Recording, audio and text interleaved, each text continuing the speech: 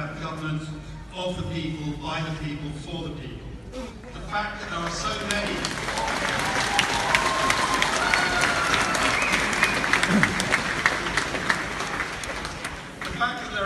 of us marching today is that we have to address the democratic deficit.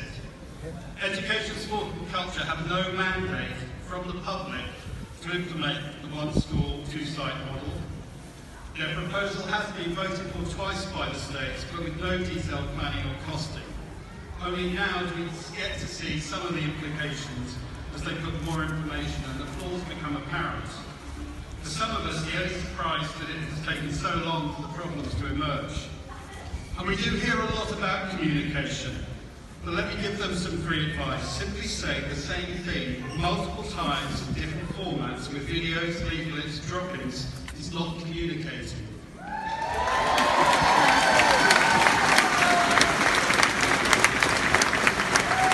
As that sign says, communication involves listening. So listen to the teachers, listen to the parents and listen to the students. Education, if you are listening, our children deserve us to get this right. The one school, two site model is dead in the water. To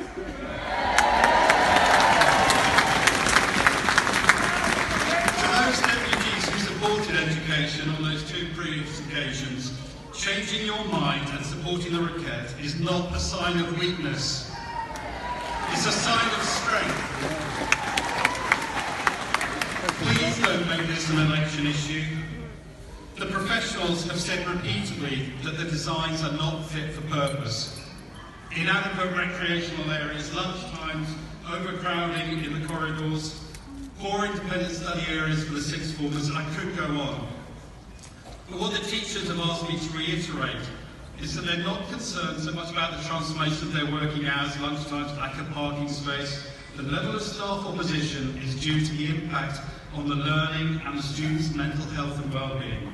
This model is not in their interests. The mental health and well-being of our kids is something I care deeply about.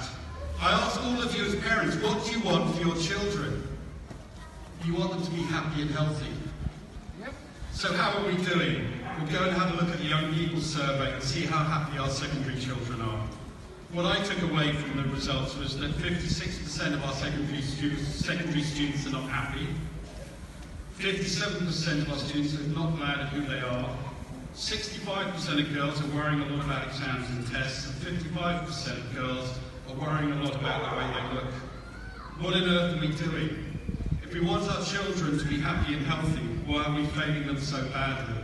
And I'm here today because the one school, two site model is going to make these figures worse.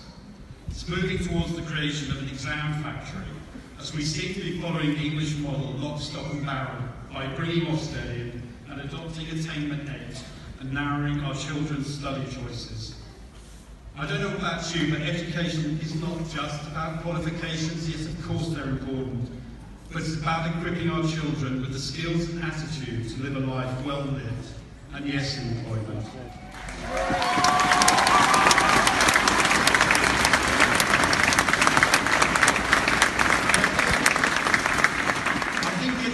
Know that they've lost the support of the teachers and the public, but their view is tough. Pause and review won't change anything. The only counter-argument that they're using is it's too late to stop and change. We're all here today because we are united in opposition to their proposals, but we need to be united for something as well. We are where we are because we've been successfully plagued by being kept in the dark and being divided and conquered. And they are right at this moment in time. There is nothing else on the table. So let's get something on the table that we can agree with, and that means we all need to compromise. If we don't, then their dead in the water model will carry on until the election, and we will waste more time and money. Please, can someone explain to me how we bought a Methodist church for over £1 million? How is that going to help our children's education? By pausing and coming up with a proper solution that we can live with need not affect the college and their fee. So let those plans carry on so that the college lecturers and staff can support us and do the right thing for our children.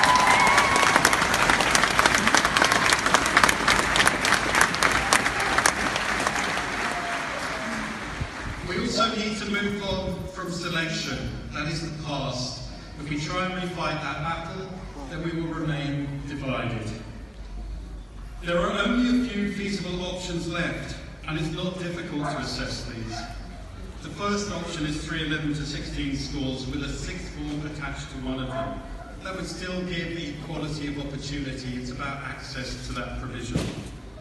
This would mean effectively closing the MAR and moving those students and staff to the other 3. This could be done with minimal new building and disruption, and could be done relatively quickly. The other option is to have 3 11 to 16 schools with a rebuilt the MAR and creating a sixth form college at Beaucamp. That would take a little longer. But for education to say that it's too difficult simply isn't true.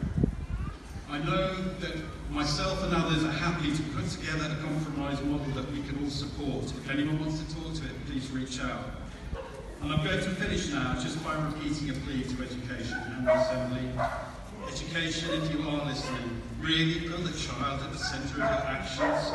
Please park your pride and stop wasting money and effort on something that the community doesn't